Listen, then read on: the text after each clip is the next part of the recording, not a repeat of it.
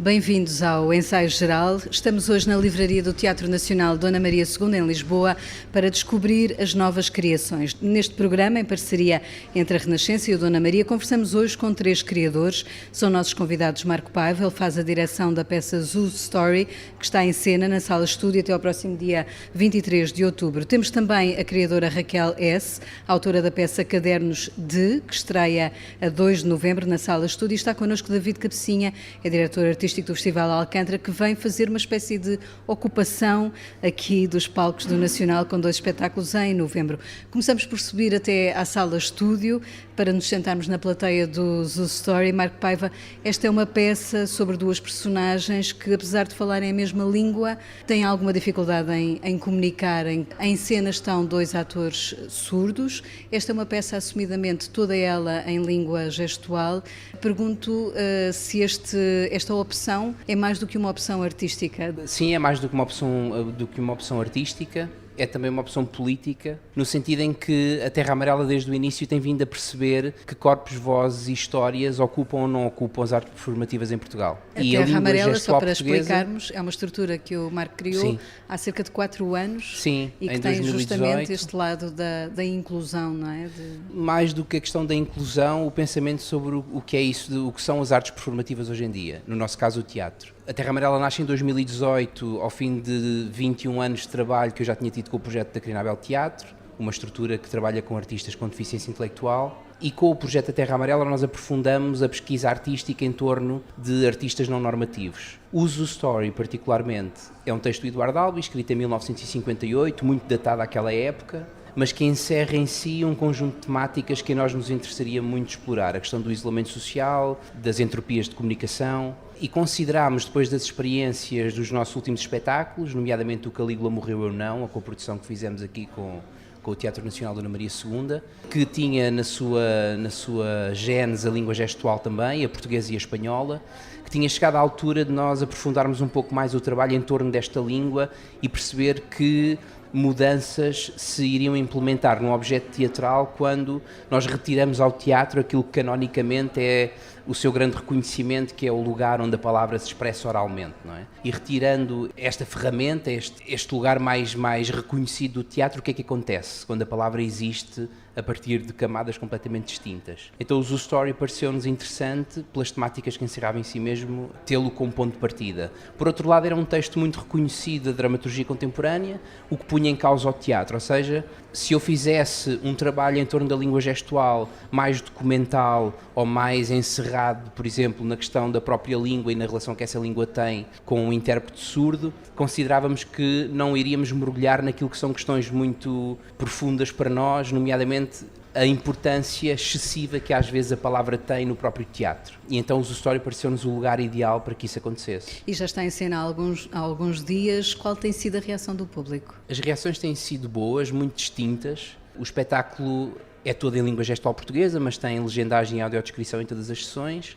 Há quem necessite, num primeiro momento do espetáculo, de ter a legendagem presente na sua relação com aquele objeto para ter uma apreensão mais justa da narrativa. Há quem rapidamente me tenha dito que tomou a decisão de não seguir as legendas e de olhar para aquele objeto como quase que se fosse um objeto de dança, não é? E perceber a beleza daquele desenho, daqueles desenhos de movimento que ali estão. Temos recebido um conjunto de respostas muito interessantes sobre o novo lugar que aquelas pessoas, enquanto espectadores de teatro, se sentiram a ocupar com este espetáculo particularmente. Raquel S. vai estrear Caderno de agora em novembro. É um espetáculo que tem por base uma caixa de 40 cadernos que uma amiga lhe deu. Como é que foi mergulhar dentro dessa caixa e a partir daí pegar nesses cadernos e criar um texto? Em primeiro lugar foi muito assustador. A minha amiga deu-me essa caixa porque não queria desfazer-se dela de alguma forma, então entregou-me e eu decidi fazer um espetáculo, mas são 41 cadernos ao longo de 21 anos, ou seja, é muito material muito diferente e muito diverso, e acho que a relação com aquele material para mim é muito complexa, porque se por um lado nós temos tanto aquele lado de curiosidade, cosquice também de alguma forma e também de fascínio de estar a ler como é que uma pessoa muda ao longo longo dos de 20 anos, anos. porque são 21 anos, né? Por outro lado, eu acho que a mim interessa muito pensar como é que a forma dos cadernos, que é muito híbrida, muito fragmentada, está sempre assim interpelado pela vontade da autora, e a mim interessa muito pensar como é que isso se pode transformar numa forma performática, ou seja, que forma teatral tomam estes cadernos, como é que eles podem resultar em imagens e cenas ou em diferentes estados. E quero falar da vida de uma pessoa ou das transformações da vida dessa pessoa.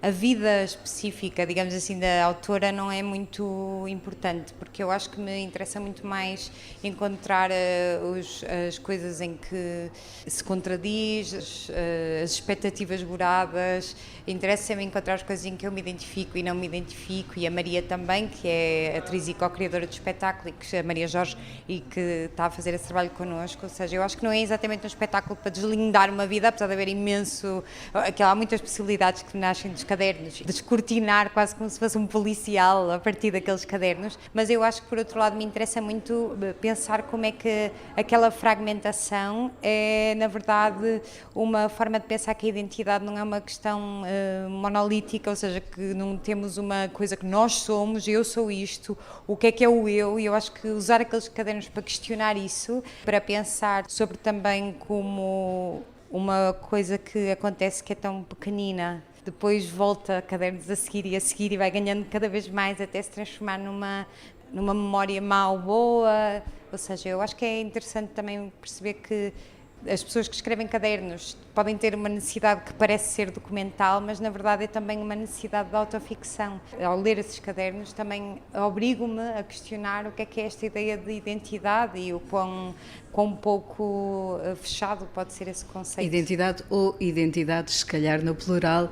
Em novembro o Festival Alcântara, como eu disse, ocupa aqui também o Dona Maria II com 2 espetáculos, Mascaradas e o Making of do Pinóquio. David Cabecinha quer perceber, no fundo, que espetáculos é que trazem aqui a esta Casa do Nacional.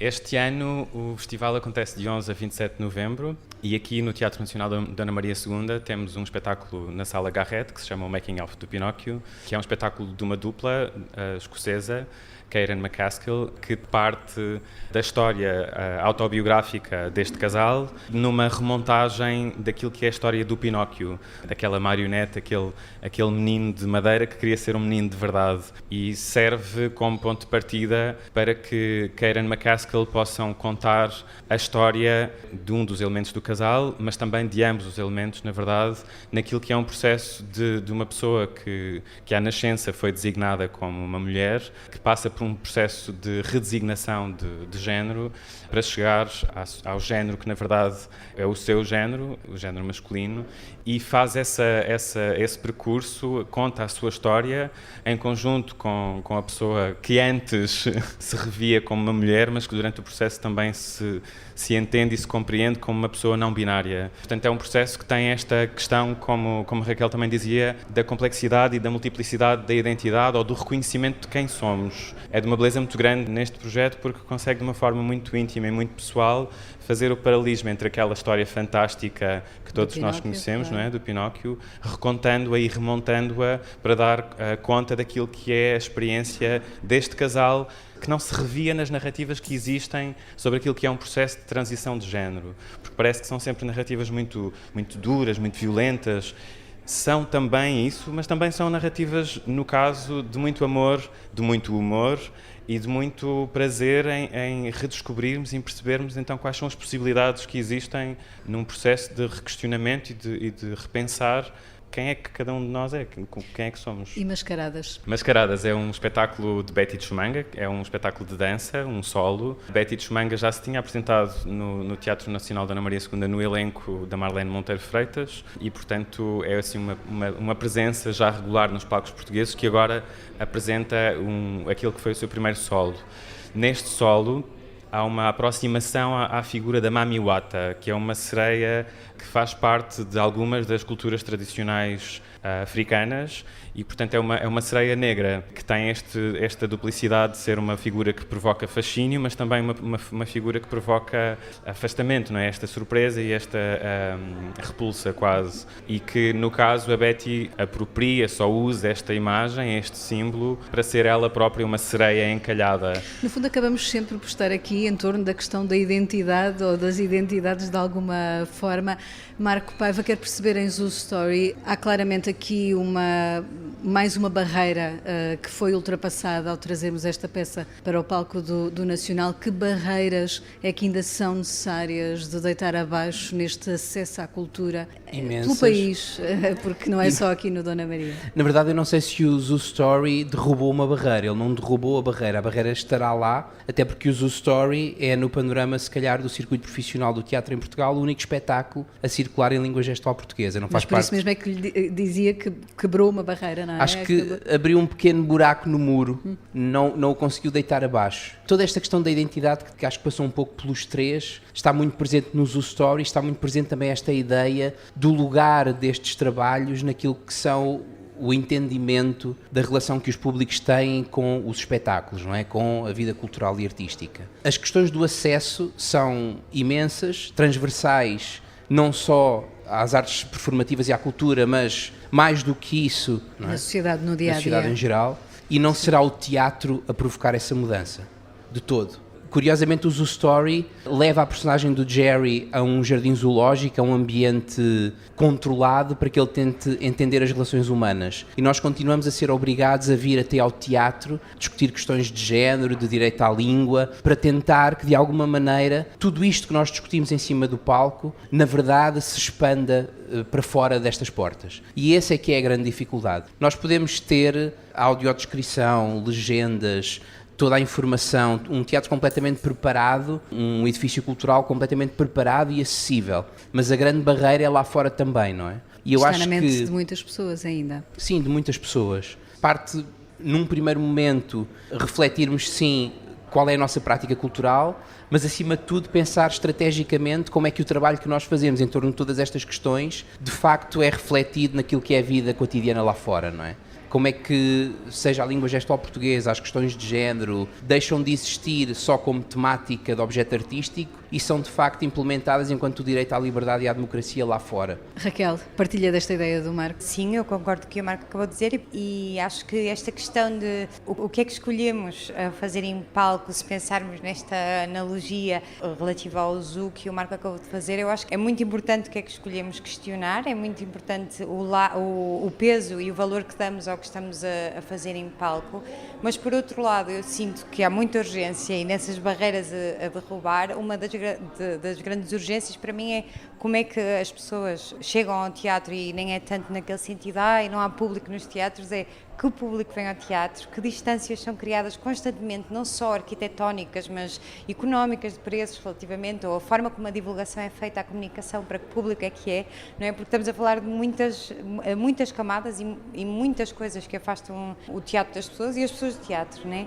A representatividade é uma questão super importante. Como é que nós conseguimos empoderar uma comunidade que não é representada? Como é que ela se empodera se não existe? E sobretudo, como é que tem autodeterminação relativamente ao conteúdo que vai para o palco, porque acho que aqui também já chegamos a um momento em que não podemos estar a falar só de representatividade token, não é? Ou seja, pôr uma pessoa para simbolizar uma representatividade que nós gostávamos que fosse ideal, mas também temos de pensar como é que é feita a programação, como é que é pensado o que é levado à cena, ou seja, eu acho que é preciso uma mudança que é mesmo estrutural. Acho bastante interessante e pertinente esta conversa que estávamos a ter sobre acessibilidade e queria aproveitar para destacar ou para referir que, na verdade, essa é uma das nossas grandes preocupações quando pensamos na programação do Alcântara, que sempre foi um festival muito político, declaradamente muito político, tanto na forma como programa, como nos artistas e nas artistas que programa. E a nossa tentativa tem sido precisamente que a representatividade seja nas pessoas que criam os espetáculos. Eu sou um homem branco cis, portanto, desse ponto de vista, a minha representatividade continua a ser parte da hegemonia, mas enfim. Em todo o caso, há de facto, tanto na programação de espetáculos como naquilo que são os serviços disponibilizados para alguns dos espetáculos. Aqui no Teatro Nacional este ano, por exemplo, o Making of do Pinóquio tem uma sessão com audiodescrição. As sessões são todas sessões descontraídas, em que as pessoas podem levantar-se e sair se assim o entenderem, porque de facto o espetáculo, apesar de ser leve e muito brincalhão, continua a ser um espetáculo que pode suscitar algumas reações por pessoas que passaram por estas histórias e que ainda passam por algum trauma. E isso é uma coisa que nós e a equipa artística do projeto reconhece, e portanto há um conjunto de condições que estão facilitadas para que as pessoas possam, nesse momento, sair, respirar, conversar com uma pessoa que está designada para esse efeito e voltar a entrar, se assim o entenderem. Portanto, há a sessão com a audiodescrição, há a sessão com estas sessões descontraídas. Temos uma conversa pós-espetáculo com o André Tzedeiro, que também vai ser traduzida com tradução simultânea, para que as pessoas possam acompanhar o André e a dupla que se apresenta sem o constrangimento da barreira da língua, que é uma coisa que acontece muitas vezes quando estamos a falar de espetáculos internacionais. E de forma transversal, eu convido, na verdade, a que vejam no site alcantara.pt, que a partir de dia 17 já terá a programação completa do festival, que possam dar uma vista de olhos sobre algumas das coisas que nós conseguimos fazer este ano, que continuam a ser poucas e que continuam a ser pontos de partida para uma coisa que é importante que seja mais abrangente, absolutamente. No ensaio geral, escutamos agora as perguntas que o nosso colaborador do Centro Nacional de Cultura, Guilherme de Oliveira Martins, deixou para os nossos convidados. E se descobríssemos uma caixa cheia de cadernos? 40 cadernos de notas, diários, poemas, bilhetes postais ao longo de 21 anos. Estamos diante de um ensaio sobre o que nos define e nos distingue. Uma procura do diverso e do paradoxal. O que somos e recusamos. Incongruências e inconsistências. Lembramo-nos dos labirintos e de um fio de Ariane que salvou Teseu. Para Raquel S., a pergunta é: como é que o teatro permite compreender-nos nas nossas contradições? Agostina Bessa Luís disse um dia que mesmo depois de mortos temos muito para dizer. Não será o teatro o modo de pôr em diálogo quem somos e o que vamos deixando de ser? Marco Paiva dirige o texto de Edward Albee, Zoo Story. É um encontro involuntário entre dois homens que expõem no seu diálogo o isolamento, a segregação e a desumanização das sociedades modernas. Será possível reencontrar as relações humanas através de novas formas de comunicação? O gesto procura a palavra. O reconhecimento das diferenças pressupõe, como em Zoo Story, a descoberta de novas formas de realizar o encontro e o respeito mútuo. O teatro procura superar barreiras. Trata-se, no fundo, de ver pela arte, de ver pelo diálogo, de sentir, sobretudo, o que está para além da superfície. Será esta uma nova arma de reconhecimento da igualdade e da diferença? A ideia de novas criações corresponde a uma procura incessante. E a minha pergunta final para David Cabecinha tem a ver com o gosto pela leitura e pela boa literatura, pela vida, afinal, que o diálogo pode incentivar, tornando realidade viva. Raquel S. A minha estrutura que eu criei em 2018, que se chama Noite Arder, tem como objetivo cruzar a filosofia, o teatro e a literatura. E para mim, eu sinto que o teatro se configura, ou o que eu procuro trabalhar é encontrar no teatro um espaço de pensamento, sobretudo, sendo que o pensamento não tem de ser necessariamente discursivo, e nós podemos pensar também através de imagens, de sensações, de todas as dimensões que o teatro tem a capacidade de pôr perante nós em copresença, ou seja, estando nós lá, ou seja, também a dimensão da nossa própria forma de estar naquela sala. Nesse sentido, para mim, eu acho que é uma forma, não diria de encontrar respostas sobre o que somos, sobre o que é que nós estamos aqui a fazer, sobre a nossa identidade. Acho que não vamos chegar à solução, mas eu acho que para mim é sobretudo uma forma de encontrar dispositivos para fazer perguntas. Sobre tudo, na verdade, sobre tudo, porque acho que tudo tem de ser suscetível de ser alvo de perguntas e de questões. E relativamente ao fio da Ariane a salvar o Teseu, não é? O sacrifício dela própria, eu acho que a questão aqui é que o labirinto, ou seja, se calhar o caminho não é exatamente sair do labirinto, mas encontrar uma forma de criar sobre esse labirinto de forma a procurarmos uma existência dentro dele, porque eu acho que a sensação para mim que me dá a minha relação com o teatro é que não há soluções. Acho que procuro que o meu trabalho, por exemplo, relativamente a este projeto, para mim foi, através da forma como os cadernos estão escritos, eu procurei criar a cena que depois estreará, ainda não está pronto, mas há de estrear. E eu acho que para mim é um bocado isto que é, que capacidade é que nós temos de, perante o espaço em que estarmos, criarmos a nossa própria forma de fazer perguntas, em vez de encontrar um fio a sacrifício da desgraçada da Ariane e depois encontrarmos a saída, sem nos perdermos nós também, sendo que acho que perder-se e encontrar-se às vezes é um bocado a mesma coisa. Fui muito pouco teatro. objetiva, mas o que eu queria dizer na verdade é, não diria que é uma chave para ter soluções, mas diria que é um espaço muito privilegiado para poder fazer perguntas e para poder encontrar outras maneiras que não são discursivas de colocar as questões. Fazer perguntas, mas também dar respostas, Marco Paiva. Eu sempre ouvi dizer que o teatro era o grande lugar do mundo, mas cada vez tenho mais a certeza que ele falhou redondamente. Não é de todo o lugar do mundo, o mundo não está nem minimamente lá espelhado. A questão da comunicação, e olhando para o teatro enquanto arte, também está muito pouco refletida nas suas várias possibilidades nesta arte específica. Eu acho que aquilo que nós procuramos com o Zoo Story é, de certa maneira, continuar a insistir para que o teatro um dia, enquanto linguagem, venha de facto a ser um pouco mais o espelho do mundo. Nunca o será. Também não reconheço o teatro como o lugar onde se resolvem questões. É provavelmente o lugar onde alguns de nós podemos pensar, discutir, experimentar, sublimar um conjunto de problemáticas, de imagens, seja do que for. Mas não é o lugar onde nós vamos resolver as questões. As questões resolvem-se nas nossas relações humanas lá fora. Aquilo que o teatro pode colaborar de alguma maneira é potenciar essas relações. Sublinhar. Sim. Eu no outro dia dizia que mais do que as pessoas no final do Zoo Story aplaudirem, ficaria mais interessado que quando encontrarem o Tony Weaver ou a Marta na rua se dirijam a eles e procurem uma relação com aquelas duas pessoas que provavelmente não falam a sua língua para tentar lhes comunicar o que é que viveram com o espetáculo que eles fizeram. E o Zoo Story só fará sentido se isso acontecer lá fora. Aqui dentro, enquanto lugar protegido, é fácil bater palmas, não bater, vaiar, achar graça ou não. Então não é no teatro que esta questão se vai resolver. O teatro faz esta proposta, mas fica a anos-luz de poder ser o lugar da resolução.